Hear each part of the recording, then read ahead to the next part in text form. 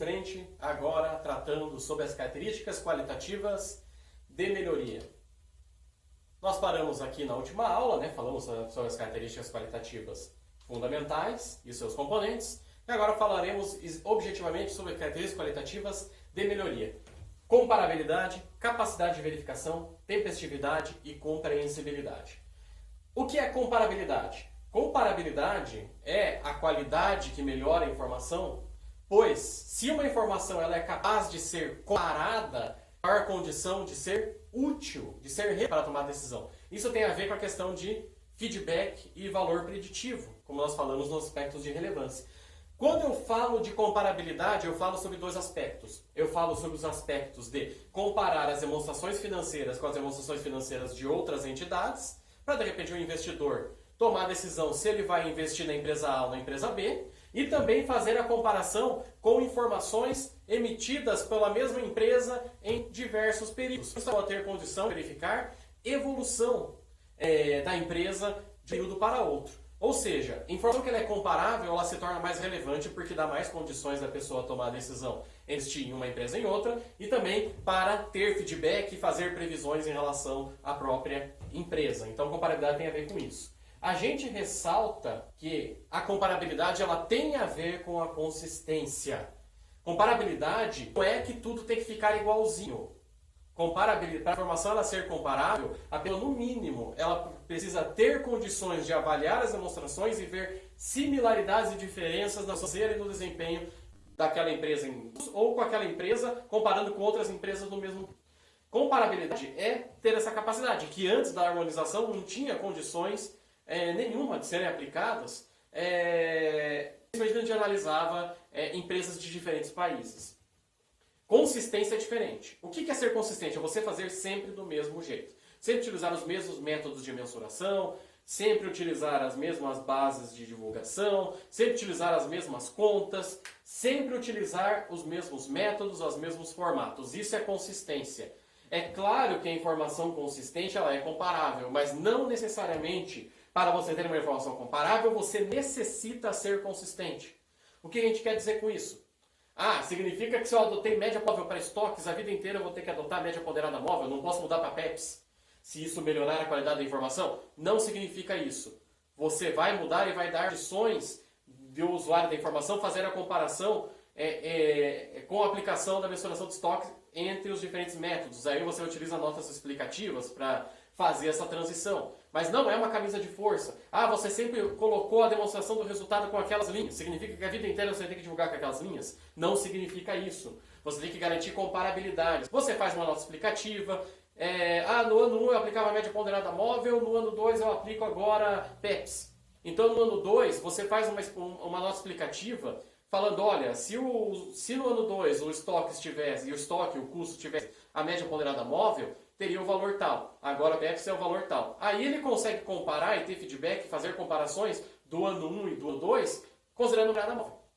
Então não significa que a vida inteira você tem que ser consistente. É claro que a informação consistente ela é comparável, mas não necessariamente para ser comparável você tem que ser consistente. É a ideia. Capacidade de verificação. A questão de verificação é ter condições de forma direta ou indireta, dar condições de forma direta ou indireta que pessoas, terceiros, identifiquem se aquela informação é realmente fidedigna. Como que se dá isso? Isso se dá principalmente quando a gente fala de auditoria independente. A auditoria independente ela faz uma verificação, justamente com a finalidade de verificar se aquelas informações que estão sendo divulgadas elas correspondam, estão próximas de representar adequadamente a situação econômico-financeira da empresa. Ou seja, então se você tem uma auditoria independente, você tem alguém que verificou e tem uma condição de dar uma opinião em relação àquela informação. De outra forma, a gente pode falar que de forma indireta, você pode verificar que aquela informação ela é fidedigna, se de repente você como emissor de informação, como a pessoa que reporta a informação, quando você passa mais detalhes, uma informação completa em relação a determinado fenômeno. Por exemplo, uma nota explicativa de ativo imobilizado, você passa vários detalhes. Valor contábil, valor de depreciação, valor histórico, coloca a taxa de depreciação aplicada, coloca a vida útil estimada.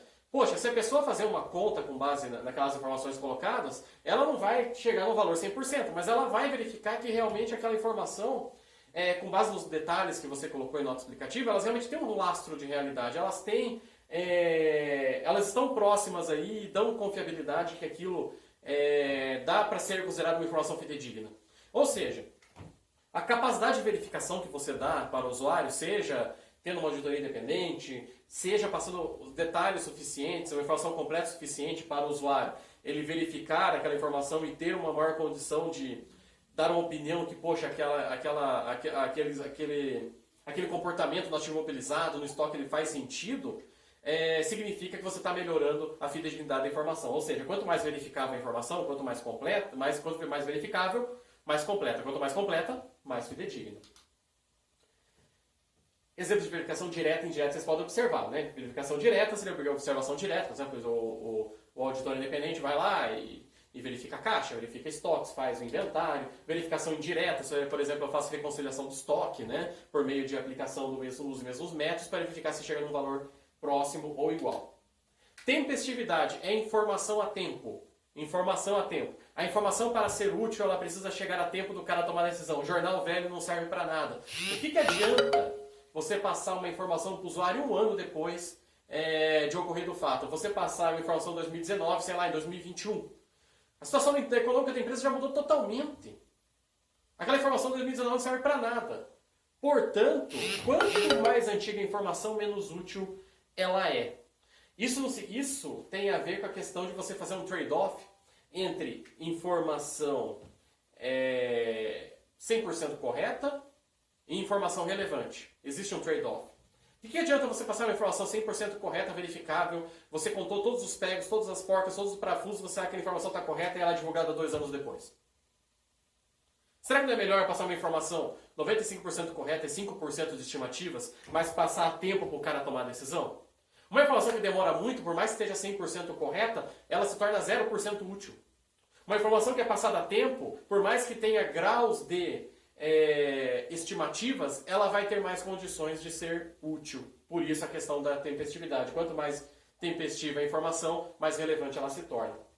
E compreensibilidade. O que é informação compreensível? É aquela que o usuário lê, observa e ele consegue compreender o que está acontecendo na empresa. Evitando termos muito específicos, por exemplo, do negócio, da área de atuação, em que muitas vezes pode levar o cara a não saber o que está realmente acontecendo, o que significa aquilo que está colocado nas demonstrações financeiras.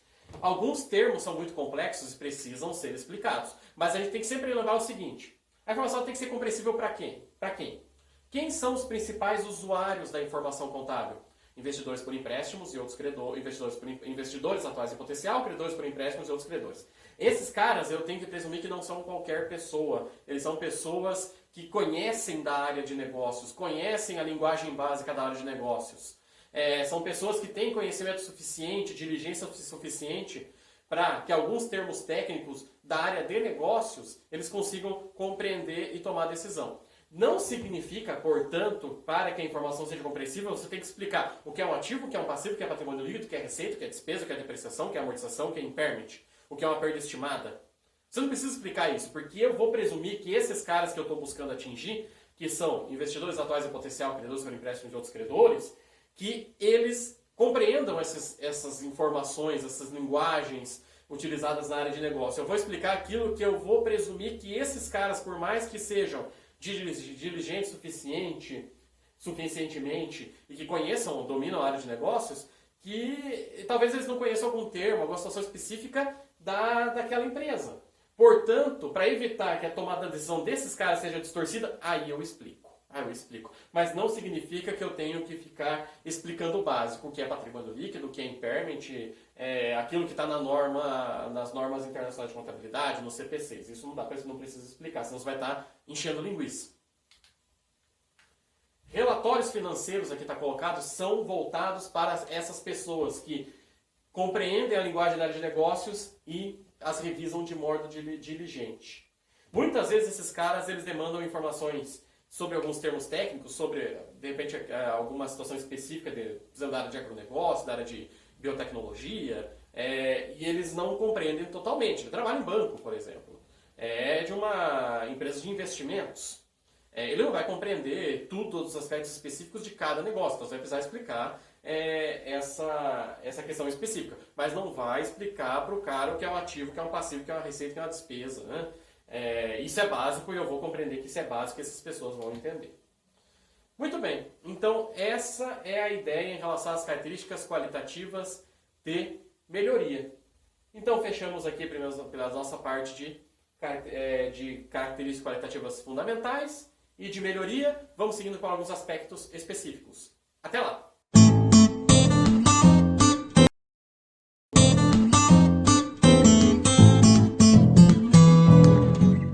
Pessoal, segunda parte em relação à parte 2 da estrutura conceitual. Quanto à aplicação das características qualitativas de melhoria, da mesma forma, o nome já diz que quando eu falo de características qualitativas de melhoria, elas melhoram a qualidade da informação contábil. Não significa que eu tenho que aplicar as 4 características qualitativas de melhoria concomitantemente, mas elas ajudam a informação a ser mais relevante e ajudam a informação a ser mais fidedigna, como a gente observou, né? Que aquela informação mais compreensível, ela se torna mais fidedigna, mais relevante. A informação mais tempestiva, ela se torna mais relevante. A informação verificável, ela se torna mais fidedigna. Portanto, elas têm o poder de melhorar a utilidade da informação, mas não necessariamente ela vai funcionar como as características qualitativas fundamentais que precisam concomitantemente serem atendidas. Elas devem ser maximizadas. Elas devem ser maximizadas na maior extensão possível para aumentar a fidedignidade e a relevância das informações. Conclusões. Características qualitativas fundamentais precisam ser as duas aplicadas e as características qualitativas de melhoria precisam ser maximizadas. Então essa é a nossa estrutura. Quando você pensar sobre a base do CPC 00, a base da estrutura conceitual, pensem nesses elementos aqui que estão colocados, se você tem a oportunidade de estudar nos slides. Premissas básicas. Ressaltando algumas premissas básicas que se aplicam para a elaboração das demonstrações contábeis. Isso aqui tem a ver e tem relação com o que a gente entendia antes da harmonização das normas, com as normas internacionais de contabilidade, aqui no Brasil, com base nos princípios de contabilidade. Os princípios de contabilidade. Já mencionamos sobre a prudência, né? Existia também o princípio da continuidade. Essa é uma premissa básica para a elaboração de relações contábeis. Vocês já ouviram falar, com certeza, da premissa básica da continuidade, que eu considero que a empresa ela não tem data para encerrar na hora de elaborar as relações contábeis. Essa é uma premissa básica para elaboração da relação contábil. Não é uma característica qualitativa. É uma premissa básica para a elaboração das relações contábeis. E o regime de competência também, vocês já conhecem desde o primeiro ano, também é uma premissa básica para a elaboração da demonstração contábil. Não é uma característica qualitativa, é uma premissa que você aplica para elaborar as demonstrações contábeis. Você vai considerar os fatos no momento em que eles ocorrem, independentemente de recebimento ou pagamento. Por que é uma premissa básica para a elaboração da demonstração contábil? Porque ela é importante principalmente para mensurar desempenho. Desempenho identifica melhor pelo regime de competência e não pelo regime de caixa. Aí entrando agora sobre relatórios financeiros. Bem, falamos sobre as características qualitativas da informação contábil, características qualitativas de melhoria, características qualitativas fundamentais. Falamos sobre as premissas básicas que são aplicadas às emoções financeiras. E agora nós vamos falar sobre as emoções financeiras. Até porque os relatórios financeiros são as principais informações que fornecem são os relatórios que fornecem informações que são consideradas mais úteis para aqueles principais usuários que nós identificamos. E o que esses caras querem saber principalmente? Posição financeira da empresa e desempenho. Por isso, os relatórios financeiros eles são tão importantes e eles devem ser imbuídos de todas essas características qualitativas, porque eles fornecem as informações que mais interessam para esses usuários. Posição financeira da empresa e desempenho. E a partir da posição financeira e desempenho, que se acredita que são as informações mais desejadas por esses grupos principais de usuários das informações contábeis, é com base neles que se baseiam essas demonstrações contábeis, balanço patrimonial e demonstração do resultado, que são compostos por os seguintes elementos: ativo, passivo e PL, receitas e despesas. Então agora, a partir de então, nós vamos discutir esses elementos das demonstrações contábeis: ativo, passivo e PL, receitas e despesas. Até porque a partir deles surgem as informações mais desejadas pelos meus principais usuários da informação contábil, que são investidores atuais em potencial, credores por empréstimos e outros credores. Muito bem, então fechamos a parte 2 da nossa estrutura conceitual. A partir daí nós falaremos nas próximas aulas sobre usuários da informação contábil e trataremos sobre harmonização contábil. Não percam! Até a próxima!